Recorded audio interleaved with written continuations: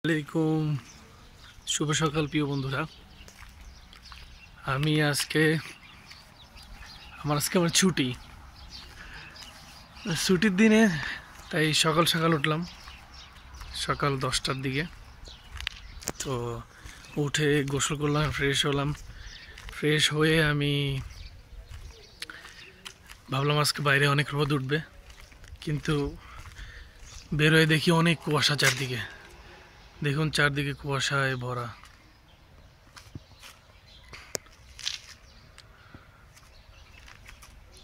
তো তারপর কি করব, চিন্তা করলাম আজকে ছুটি, এখন এই কুয়াশা দিয়ে কই যাই।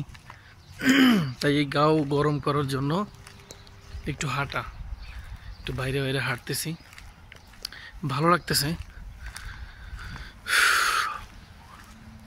আসলে শীতের সকালটাই একটা অন্যরকম একটা অনুভূতি।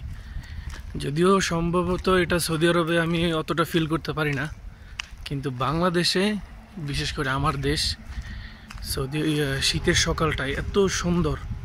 গত বছর 2024-এর ডিসেম্বর নভেম্বরে আমি দেশে যখন গেছিলাম, ওই সময় শীতের সকালটা খুব ভালোভাবে উপভোগ করতে পারছি।